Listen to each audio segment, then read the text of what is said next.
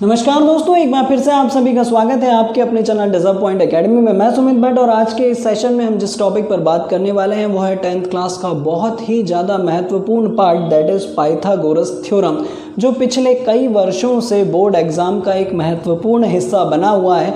ना सिर्फ board exams का, आपकी जाति या निजी ज़िंदगी में जितनी भी आप मैथ्स पढ़ेंगे वहाँ पर पाइथागोरस थ्योरम का एक बहुत ही इंपॉर्टेंट रोल है। तो अभी तक आप लोगों ने प्रीवियस क्लासेस में सिर्फ पाइथागोरस थ्योरम का फॉर्मूला या फिर स्टेटमेंट पढ़ा होगा, कैसे हम इसको डिराइव करते हैं, कहाँ से इसका एवोल्यूशन हुआ पाइथागोरस थ्योरम का। तो चलिए देखते हैं, स्टार्ट करते हैं हमारे इस सेशन को। Let's begin.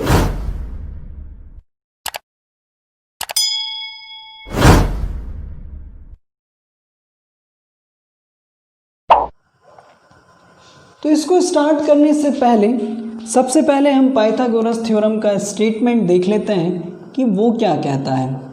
बहुत ज़रूरी है, कई बार एग्ज़ाम्स में स्टेटमेंट के साथ इसे प्रूव करने के लिए आता है।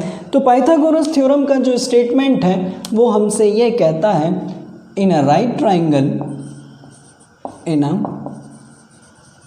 राइट ट्राइंगल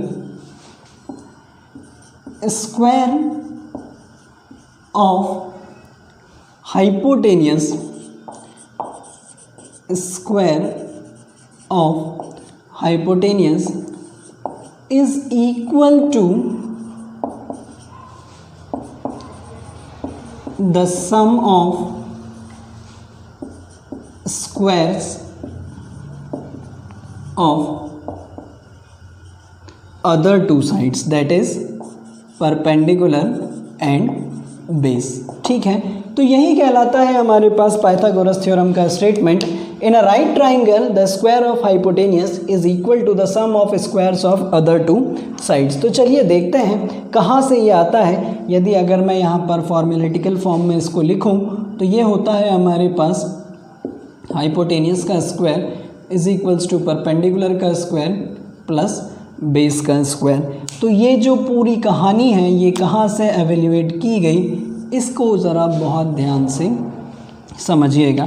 तो इसके लिए मुझे ज़रूरत पड़ने वाली है एक राइट ट्राइंगल की। मैंने यहाँ पर एक राइट ट्राइंगल ड्रॉ कर लिया, that is A B and C, in which right angle at B. Now we have to prove, क्या प्रूव करना है मुझे, AC square is equals to AB square plus BC square. इसके लिए मैं यहाँ पर एक छोटा सा कंस्ट्रक्शन कर ले रहा हूँ। अब यहाँ पर कंस्ट्रक्शन में क्या होने वाला है इसको भी ज़रा ध्यान से समझना। कंस्ट्रक्शन में मैंने एक एल्टीट्यूड ड्रॉ कर लिया यहाँ से,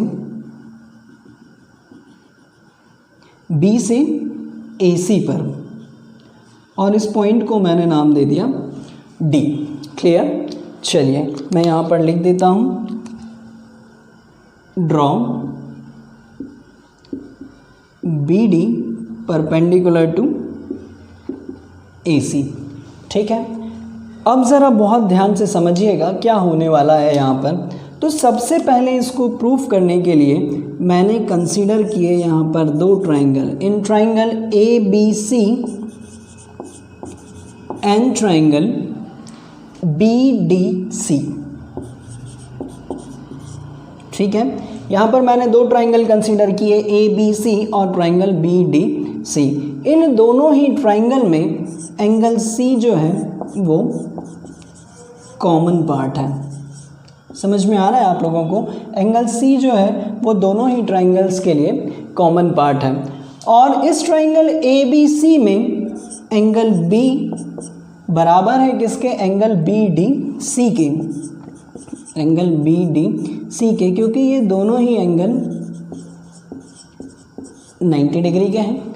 तो ऐसी परिस्थिति में जब इन दोनों ही ट्राइंगल्स में दो एंगल्स आपस में बराबर हैं तो हम ये बोल सकते हैं therefore triangle ABC is similar to triangle BDC। अब जब ये दोनों ट्राइंगल सिमिलर हैं तो यहाँ पर क्राइटेरिया आने वाला है एंगल एंगल।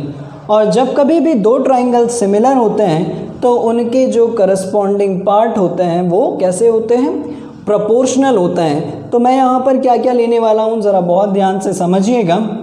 मैंने यहाँ पर इस बड़े वाले ट्राइंगल का हाइपोटेनियस लिया, दैट इज़ AC। इस छोटे वाले ट्राइंगल का हाइपोटेनियस क्या है, BC। इस बड़े वाले ट्राइंगल का बेस क्या है, अगर हम एंगल C की बात कर रहे हैं तो बेस होने वाला है हमारे पास BC, और इस छोटे वाले ट्राइंगल का जो बेस है वो क्या है हमारे पास CD।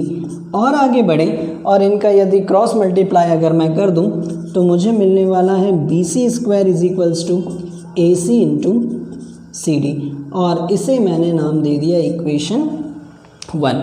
आई होप आप लोगों को इतनी कहानी समझ में आई होगी। चलिए आगे बढ़ते हैं। अगर इतनी बात मेरी समझ में आ गई आप लोगों को तो इसके बाद मैं यहाँ पर ट्राइंगल कंसीडर करने वाला हूँ।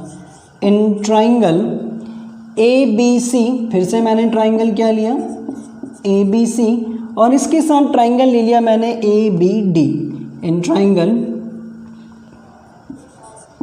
ABD, ठीक है। इन दोनों ही ट्राइंगल्स में आप अगर देखें तो एंगल A जो है वो दोनों में कॉमन है।